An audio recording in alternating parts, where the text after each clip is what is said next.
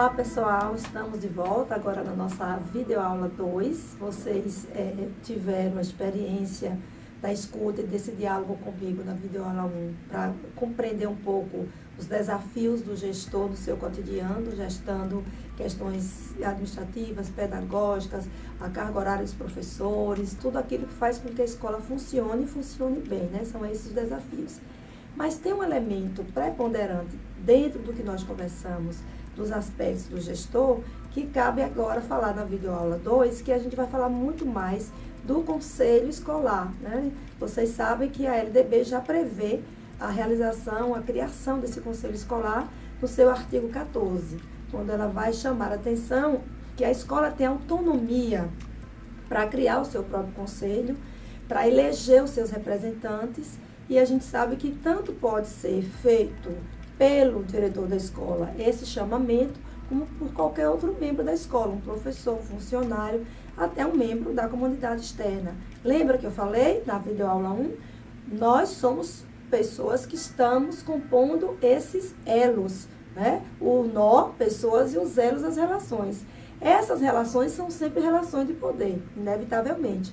Agora, o que mais importa é que a gente consiga ter uma base dialógica para tratar de questões que vão fazer com que a escola tenha um bom desenvolvimento. Neste caso específico, nesta nossa videoaula, como é que se compõe um conselho escolar, quais atribuições de um conselho escolar, como é a sua estrutura. Teoricamente, isso é muito fácil, mas não é isso que os estagiários vão estar atentos. Vocês precisam entender aquilo que Paulo Freire nos ensina e sempre nos ensinou e deixou como legado. Eu preciso sair de uma consciência epistemológica ingênua para uma consciência epistemológica crítica. Dizer que o conselho escolar tem as atribuições de ter naquela escola os seus representantes para que tenha a pluralidade acontecendo, para que a autonomia, a participação, a colaboração se efetive democraticamente, isso é tranquilo. O que nós estamos chamando a atenção de vocês é que nesta escola o conselho funciona como prevê a legislação. As pessoas que participam do conselho fiscalizam as ações, porque não é porque eu estou diretora da escola, eleita por minha comunidade, que eu vou agir de forma autoritária, não é que eu vou agir sem prestar contas, porque é uma das funções também do gestor, é apresentar um plano de ação para ser gestor. Não é só o PDE, não é só o regimento da escola, não é só o PPP. Estes documentos, que são chamados documentos oficiais da escola, eles vão estar retratados na composição do conselho. Ou seja, o conselho revela o que a escola quer como missão, quer como função social. Ele tem esta democracia, as pessoas têm esse compromisso, essa responsabilidade, os representantes aparecem nas reuniões, as reuniões são realizadas. Você não pode sair do estágio sem participar ao menos de uma reunião de conselho escolar. O que eu estou dizendo com isso é, você é um professor pesquisador. Então, não pode esquecer isso em momento algum da sua atuação. São 50 horas de estágio, que chama campo prático. Neste movimento teórico-prático, dialogando teoria com os dados da realidade, que você vai registrar de modo objetivo, gestos, palavras, escutas, né, no seu diário de campo, você vai ter como compreender aquele conceito de autonomia, aquele conceito de participação. Aqui está presente nessa ação do conselho, nesta reunião do conselho de classe, nesta reunião que eu participei do conselho escolar. Foi apresentado para todos o que queremos fazer com esse recurso que chegou, as prioridades, as pessoas elegeram, opinaram, né? As pessoas viram com transparência no mural da escola o relatório de prestação de contas, o balancete financeiro. O conselho fiscaliza, porque democraticamente a escola é, ou deveria ser, não é?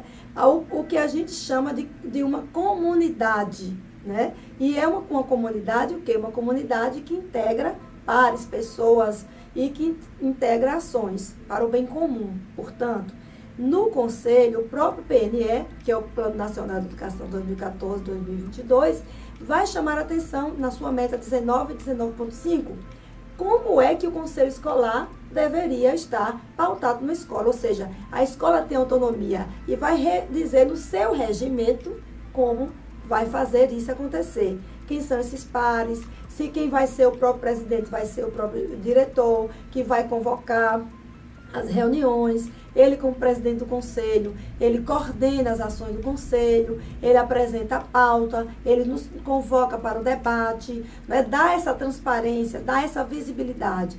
Não esqueçam que nós estamos falando de uma escola pública, que tem as características do que vocês estudaram no texto que está lá no AVA, né, no fórum, na primeira semana, debatendo essas questões de liderança, de autonomia, de participação, de colaboração, daquilo que eu falei, da rede. A rede colaborativa traz todos esses elementos. Então, o que a gente quer que você preste bastante atenção é, nessa escola não existe conselho, pode ser. A LDB e o PNE dizem que é da autonomia da escola. Né? Criar o conselho, fazê-lo funcionar. Quais são os desafios? As pessoas não comparecem, é esvaziado. Embora a legislação diga essas questões, dessa transparência, dessa participação, esse conselho, você percebe que ele tem essas características? Porque eu posso ter um conselho extremamente autoritário na escola. Eu, como diretora, eu defino pauta, eu convoco, eu delibero. Não é? Então, se ele é um conselho que está atendendo aos princípios e valores de uma sociedade que se quer democrática e emancipatória, eu vou perceber pelas ações, pela pauta, pelo que discute na reunião. Então, você vai registrando tudo como professor pesquisador que está imerso numa realidade, precisa olhar para ela com olhar de estrangeiro para, olhando para aquilo que a gente diz que é natural, não naturalizar o olhar. É preciso dar estranhamento ao olhar. Se eu não estranho aquilo que eu já conheço, eu não vou trazer riqueza no meu relatório. Eu vou falar mais do mesmo. Olha, se formos para ir para a escola, para fazer mais do mesmo, melhor que a gente não vá para a escola. E olha que o estágio supervisionado é obrigatório, né? Faz parte do exercício da nossa profissão. E é isso que a gente espera que você, no conselho, possa perceber, como diz Jorge Luiz Borges, que a realidade é mais complexa e muito mais fantástica do que a própria ficção. Portanto, perceba como é que esses elementos no cotidiano da escola se revelam de forma explícita, ora implícita, nos gestos, nos silêncios, nos não ditos. Esse é o seu trabalho como professor pesquisador. É você revelar que, a despeito dos discursos prontos sobre a escola, há muita coisa interessante sendo realizada. Mas a gente registra? A gente compõe? Então, volte ao inventário da escola, observe se essa escola tem conselho, se ele funciona, como ele funciona, quais sugestões você deu para melhorar esse conselho. Então, seja freiriano, não basta a gente denunciar, é preciso denunciar e anunciar. Eu conto com vocês para que a gente possa fazer isso acontecer.